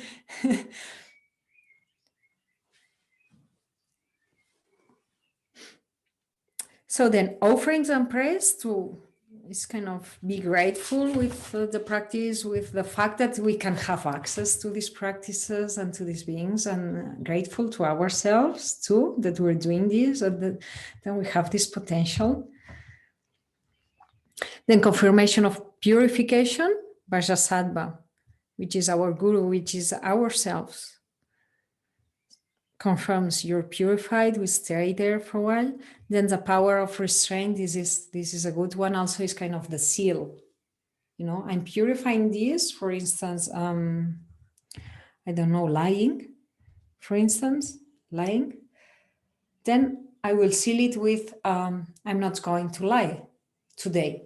If it's difficult for me, I can say, I'm not going to lie tonight, just before going to sleep. So then I will wake up and I will have been sleeping. So no chance, at least maybe in my sleeps, but something that we can keep. Otherwise we keep breaking our promises and we go nowhere with that. So be realistic. I usually, for the difficult ones, maybe I take tomorrow, I won't do that. Don't go, I won't do this for the rest of my life. Well, if you have the strength, go ahead, but who knows what can happen, so. And this, for some things, it can be difficult, but on the other hand, it can give us strength, right? Yes, I'm going to be able to do that, at least for tomorrow. Is a very skillful way of changing negative habits. Bit by bit, we will change them. Or I will try to be, you can go, I will try. So that in case something happens, you're more, So I will try to be more aware when I do this. No, the whole thing is abstaining from, but we can also do this kind of things.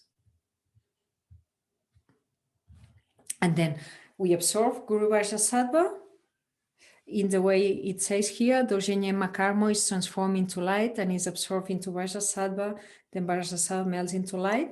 And if we haven't received the empowerment, it comes between the light comes and enters between our eyebrows. Otherwise, it goes directly through the crown into the heart. And we stay there being one.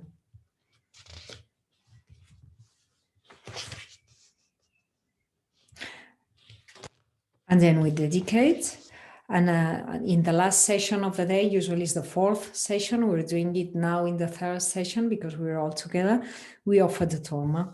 This we have explained is also an offering, is a Thanksgiving offering. And we imagine that all our hindrances, they go into the Torma, they transform into nectar, so they go away. And by doing so,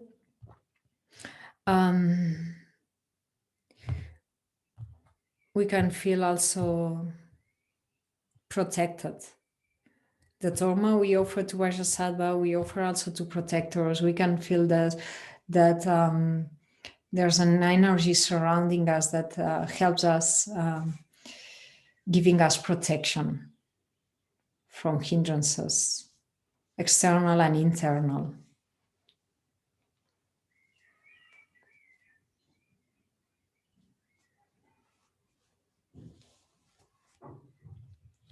It's very interesting how karma, how Tantra works. It's doing something from the subtle mind. We're doing something with our subtle minds.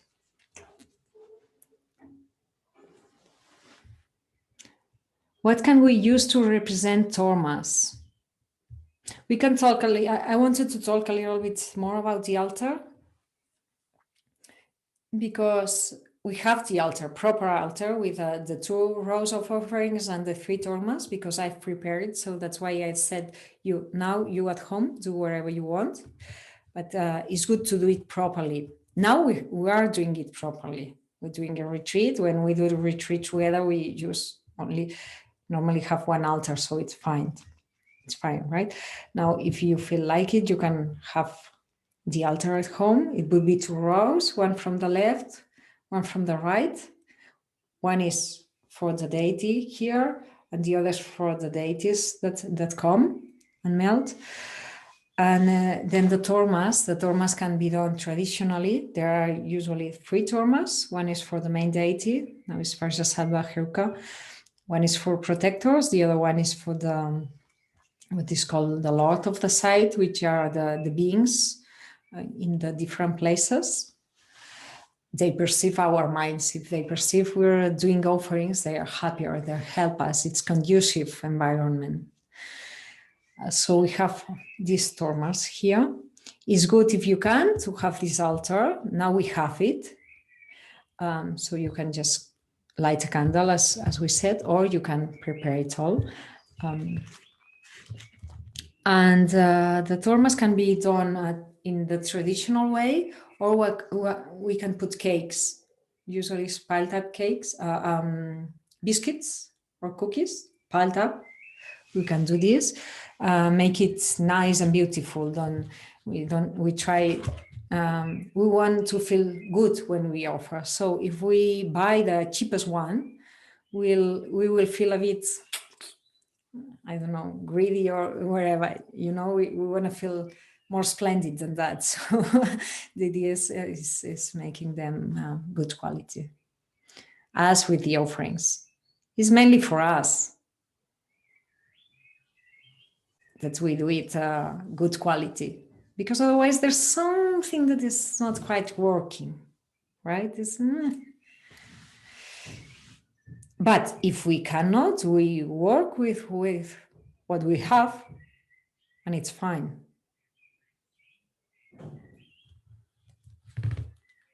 So this is more or less it. The tormas, usually there's the main one is bigger, and then the other one, they go one on both sides, one at each side of the big one.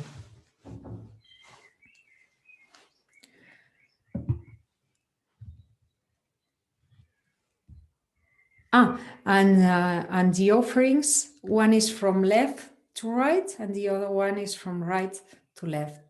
We can put water, 7 bowls of water, or we can put saffron water, or we can put the actual offerings, argan, palladium, pulpe.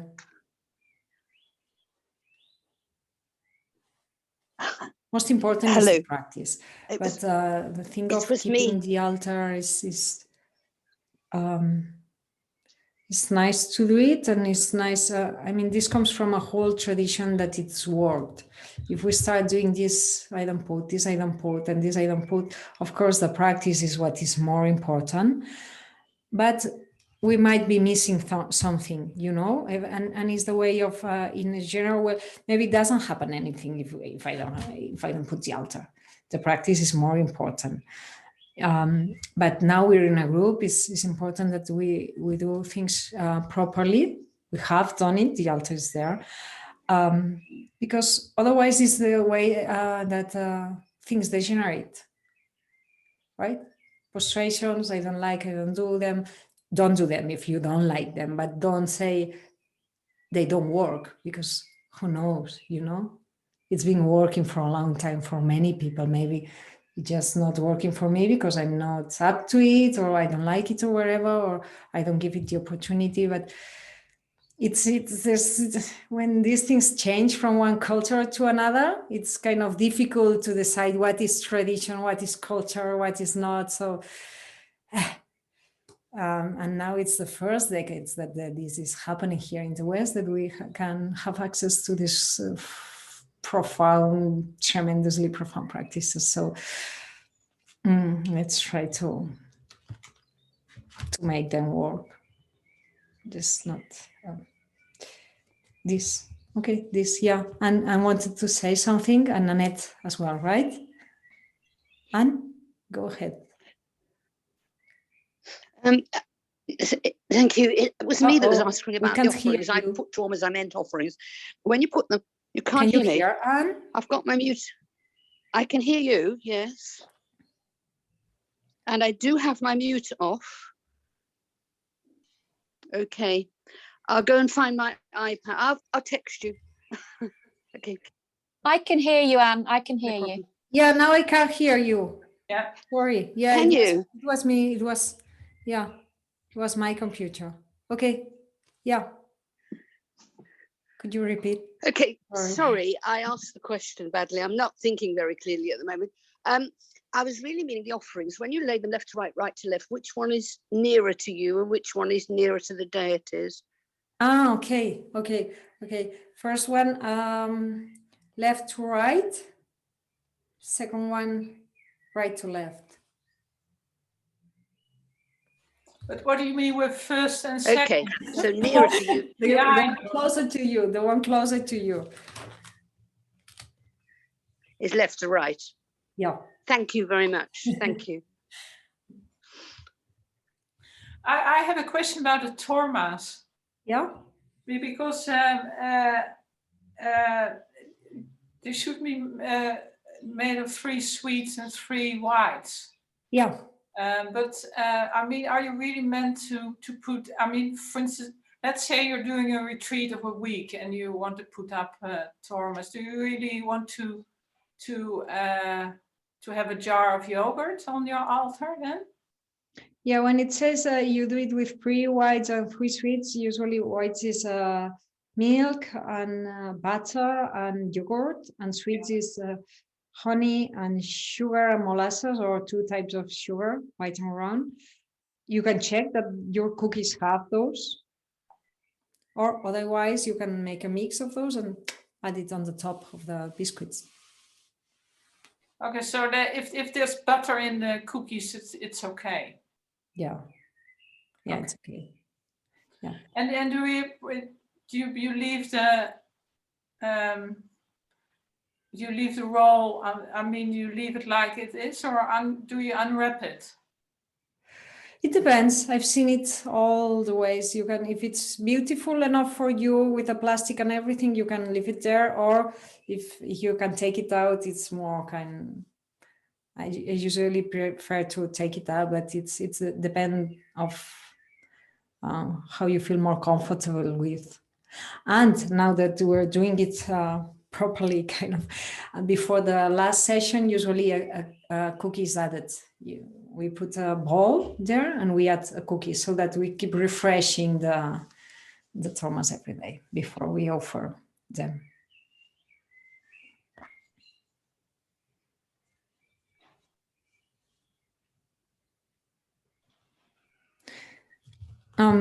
Anyone feels struggling or uncomfortable with some of these things? Oh, Barbara wanted to say something. Well, it's not it's not a complaint or a worry. When we did this very long Vajragini retreat with Geshe Tashi, he used to make the most amazing altars. He's a bit like Lama Yeshe, and he would make. We did a winter one, so he would buy Christmas Christmas pudding, I don't know if you have it in Spain. Anyway, they're sort of big and round, and they had red. They were red, obviously, for Vajragini, and he turned them upside down, and he used them on the altar. And then walnut whips. Does anybody know walnut whips? They're great tormas. And they're well, you don't have to be vegetarian on the altar, but they make great tormas as well. So if you ever saw Lama Yeshe's altar, he had aeroplanes and all sorts of things on his, so you can really make it exciting. Anyway, that's just you can get nice things. And also Geshe Tashi used to say that if you're going to do a month or a long one, to put it in a jar so it doesn't attract the mice if you're in a place where there's lots of little animals, like Land of Joy. Not my flat, but do you know what I mean? Anyway, sorry, that was just my encouragement of using whatever you have. Good, thank you. It makes you feel good when you have a wonderful altar, right? Okay, so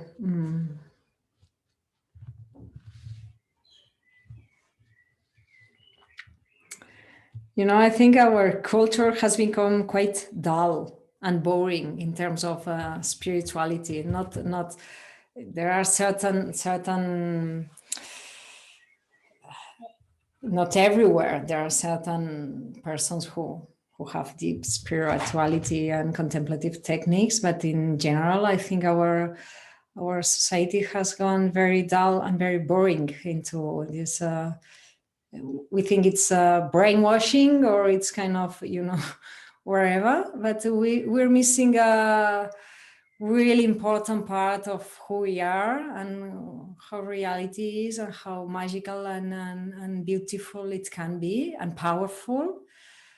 And well, I think we're lucky to be doing this and to be able to meet those beings who really you feel there's something there, right?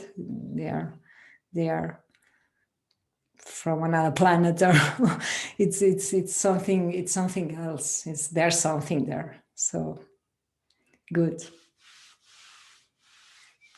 Okay, so we can leave it here. Yeah, and we continue tomorrow, or if you want, if you can, we have a session, 4th session by ourselves. It can be 5-minute session if you want, or longer. And thank you very much, and we continue tomorrow. Thank you. Thank you. Bye-bye. Bye-bye. See you tomorrow. Thank you. Bye-bye.